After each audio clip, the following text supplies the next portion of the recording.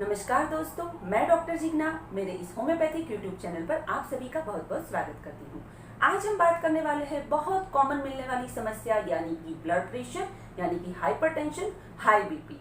तो ये हाइपरटेंशन यानी कि हाई ब्लड प्रेशर बहुत ही कॉमन समस्या है। हर घर में किसी न किसी को तो ये होता ही है। तो ये होता क्या है, किन किन कारणों की वजह से होता है, कौन कौन से साइन एंड सिम्टम्स उसमें देखने को मिलते हैं, साथ ही साथ में कौन कौन सी होम्योपैथिक रेमेडी से आप उसको कंप्लीटली क्योर कर सकते हैं, निजात पा सकते हैं, इन सभी विषयों पर आज हम बात करने वाले हैं। तो ये सेशन आप सभी के लिए बहुत ही ज्यादा इन्फॉर्मेटिव एंड बेनिफिशियल होने वाला है। तो चलिए दोस्तों शुरू करते हैं। हाइपरटेंशन को समझने से पहले हम ब्लड प्रेशर को समझते हैं कि ब्लड प्रेशर होता क्या है। तो ब्लड प्रेशर ये ब्लड में मिलने वाला प्रेशर होता है, उसके नाम से ही हम पता कर सकते हैं। तो ब्लड में मिलने वाला प्रेशर मतलब कि कहाँ पे मिलता है, तो ये आर्टरीज पे लगता है। आर्टरीज में लगने वाला प्रेशर यानी कि ब्लड प्रेशर। तो नॉर्मली फ्रेंड्स क्या होता है कि हमारा जो हार्ट होता है वो पंपिंग करता है। तो पंपिंग में कॉन्ट्रैक्शन एंड रिलैक्सेशन ये दो मैकेनिज्म होती है। तो जब ये कॉन्ट्रैक्ट होता है हार्ट और पंप करता है, तब पूरा जो ब्लड होता है वो आर्टरीज और नसों के द्वारा पूरे बॉडी में हर एक ऑर्गन तक पहुंचता है और तब उसमें प्रेशर क्रिएट होता है। तो उसको हम बोलेंगे सिस्टोलिक ब्लड प्रेशर। और जब ये ब्लड नसों के द्वारा वापस हार्ट में भरता है और तब हार्ट रिलैक्स होता है, तो वहां पे भी हमको प्रेशर नसों में मिलेगा, तो उसको बोलेंगे हम डायस्टोलिक ब्लड प्रेशर। तो ये डायस्टोलिक ब्लड प्रेशर और सिस्टोलिक ब्लड प्रेशर हार्ट का पंपिंग जो होता है, कॉन्ट्रैक्शन और रिलैक्सेशन, उसकी वजह से मिलता है।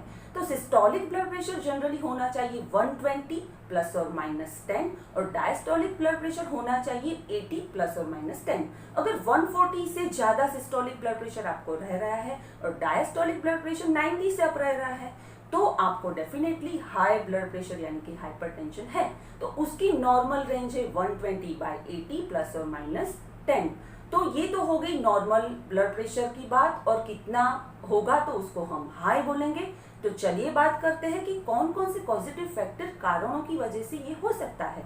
तो उसके पीछे दो कारण होते हैं, primary positive factor and secondary. तो चलिए बात करते हैं प्राइमरी हाइपरटेंशन की। अगर आपके पेरेंट्स को, ग्रैंड पेरेंट्स को हाइपरटेंशन है तो आपको हो सकता है, तो ये जेनेटिक कॉज हो गया। दूसरा रीजन है उसका कि अगर आप स्मोकिंग कर रहे हैं, अल्कोहल का सेवन कर रहे हैं, तो भी आपको हो सकता है।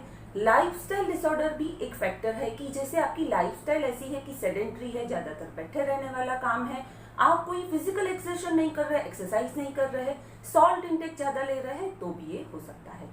अभी बात करते हैं सेकेंडरी हाइपरटेंशन की। सेकेंडरी हाइपरटेंशन कोई डिजीज की वजह से होता है कि बॉडी में कोई अदर ऑर्गन में तकलीफ है और ब्लड प्रेशर मिलता है, कि जैसे किडनी की समस्या, क्रॉनिक किडनी डिजीज, गुर्दे की समस्या होती है, तो भी ये हो सकता है। कोलेस्ट्रॉल अगर हाई रह रहा है, हार्ट की कोई समस्या है, कार्डियक पैथोलॉजी है, तो भी ये मिल सकता है।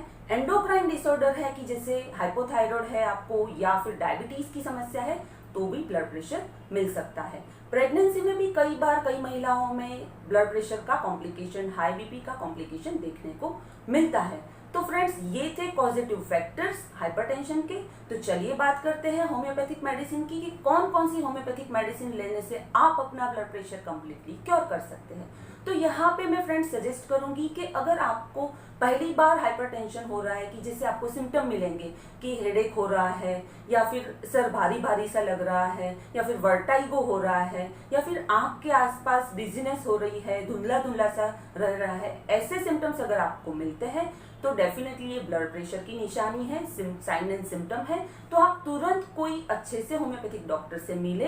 अगर आपको पहली बार डिटेक्ट हो रहा है तो आप तुरंत होम्योपैथिक मेडिसिन शुरू करवा सकते हैं, कि जिसको लेने से आप धीरे धीरे करके अपना ब्लड प्रेशर आराम से स्टेबल कर सकते हैं। अगर आप पहले से ही दवाई ले रहे हैं तो भी आप होम्योपैथिक दवाई शुरू कर सकते हैं, पर वो जो एलोपैथिक दवाई आप ले रहे होते हैं उसको सडनली आप स्टॉप ना करें, और धीरे धीरे होम्योपैथिक दवाई जो भी आपका कारण है उसके अकॉर्डिंग शुरू करवाएं, कॉन्स्टिट्यूशनल रेमेडी शुरू करवाएं नजदीक के कोई अच्छे होम्योपैथ के पास। तो फिर धीरे धीरे करके आपकी वो दवाई कम होते होते हुए बंद हो जाएगी और आपका ब्लड प्रेशर कंप्लीटली क्योर हो सकता है। तो फ्रेंड्स, ये थी होम्योपैथिक मेडिसिन आप कैसे ले वो तरीका। यहाँ पे मैं आपको स्पेसिफिक मेडिसिन बता देती हूँ। Passiflora mother tincture blood pressure के लिए बहुत अच्छी मेडिसिन है। राउल्फिया सर्पेंटिना मदर टिंचर ये भी बहुत अच्छी मेडिसिन है ब्लड प्रेशर के लिए। और क्रेटेगस क्यू क्रेटिकस मदर टिंचर भी ब्लड प्रेशर को अच्छी तरह से क्योर करती है। तीनों ही मेडिसिन फ्रेंड्स स्पेसिफिक मेडिसिन है, पर मेरा ऐसा सजेशन होगा कि आप कोई अच्छे होम्योपैथिक कंसल्टेंट की सलाह ले, सजेशन ले, फिर ही आप ये मेडिसिन शुरू करें। बिना डॉक्टर की सलाह आप ये मेडिसिन बिल्कुल भी ना लें, क्योंकि उसका डोज एडजस्ट करना होता है। तो ये थी होम्योपैथिक मेडिसिन। यहाँ पे मैं आपको प्रिवेंटिव टिप्स भी बताना चाहूंगी कि आप क्या लाइफस्टाइल में चेंज लाए और अपना ब्लड प्रेशर जड़ से ठीक करें। तो टिप नंबर 1 है कि आप डाइट में ऑयली, फैटी, मसालेदार फूड बहुत ही कम कर दे, ऑलमोस्ट बंद कर दे। दूसरा है कि आप सॉल्ट का इंटेक काफी हद तक कम कर दे। तीसरा है आप एक्सरसाइज करें। चौथा है कि आप अच्छा हेल्दी डाइट ले, डाइट में सैलेड, वेजिटेबल है, फ्रूट है और पानी है, तो ये ज्यादा से ज्यादा आप ले। और पांचवा है कि आप मेडिटेशन करें, स्ट्रेस फ्री लाइफ जिए। मेडिटेशन करेंगे, स्ट्रेस नहीं लेंगे, तो आप अपना ब्लड प्रेशर कंप्लीटली क्योर कर पाएंगे, निजात पा सकेंगे। साथ ही साथ में आप होम्योपैथिक दवाई भी शुरू कर दे। तो फ्रेंड्स, ये था ब्लड प्रेशर के रिलेटेड सेशन। आशा रखती हूँ ये सेशन आपको पसंद आया होगा। मिलती हूँ अगले सेशन में एक नए टॉपिक के साथ। तब तक के लिए धन्यवाद। Thanks a lot.